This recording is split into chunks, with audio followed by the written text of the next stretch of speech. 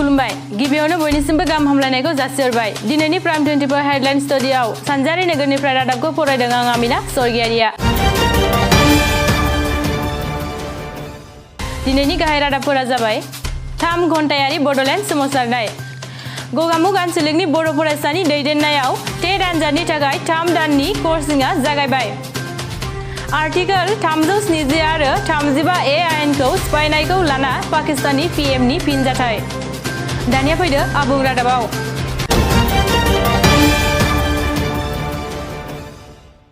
दाखालि 8 आगस्ट खालारखालिनिफ्राय क'क्राझार जिल्लायाव डीसी मावखुलिनि मोखाङाव बड'लेण्ड मुभमेन्टखौ जागायफिननाय जाबाय बे सोमावसारनाया 3 रिंगानिमोन बे सोमावसारनायाव गाहायै दुलाराय बर' फरायसा आफाद इनडिएफ आरो PJAC BMआ गोख्रों बाहागो लानाय जादोंमोन बे सोमावसारनाया गाहायै दाखालि जम्मु काश्मीरखौ मोननै रायजोआव बोखावना होनायनि थाखाय जोंनि BTCखौ सिफायनायना मानो आलादा रायजो खालामना होनो हाया बेखौ बिथा खालामना सोमावसारनाय जादोंमोन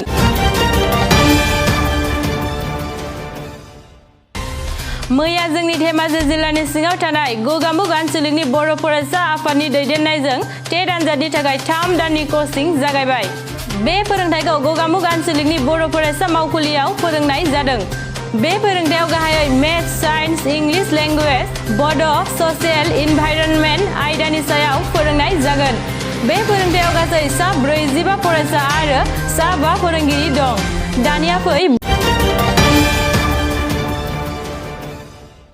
थांनाय दाखालि जम्मु काश्मीरखौ आर्टिकल 370 आरो 35A खौ सिफायना मोननै रायजो लादाख आरो जम्मु काश्मीर रायजो बोखावना होनायनि थाखाय पाकिस्ताननि गाहाय मन्त्रि इमरान खानआ गावसोरनि हादोरनि सिङाव थानाय हाई कमिशनार अजय बिसाराजों लोगोसे माखासे एम्बासाडरफोरखौबो भारताव दैथायहरफिनसिगोन होनना थिरांथा खालामदों दाखालि पाकिस्ताननि पार्लियामेन्टआव थिरांथा खालामदों दि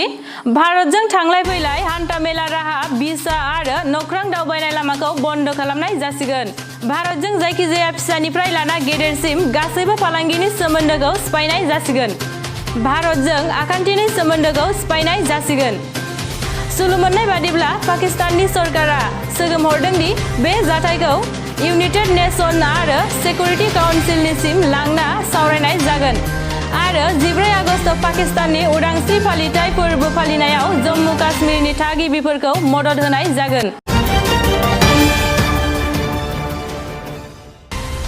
गोबां अखानि थाखाय मैयानि सेथि ODI खेला थाथ'नाय जाबाय मैया हराव गुनायाव जानाय सेथि भारत आरो WI नि गेजेराव जानाय ODI क्रिकेट खेला गोबां अखा हानायनि थाखाय थाद'नाय जाबाय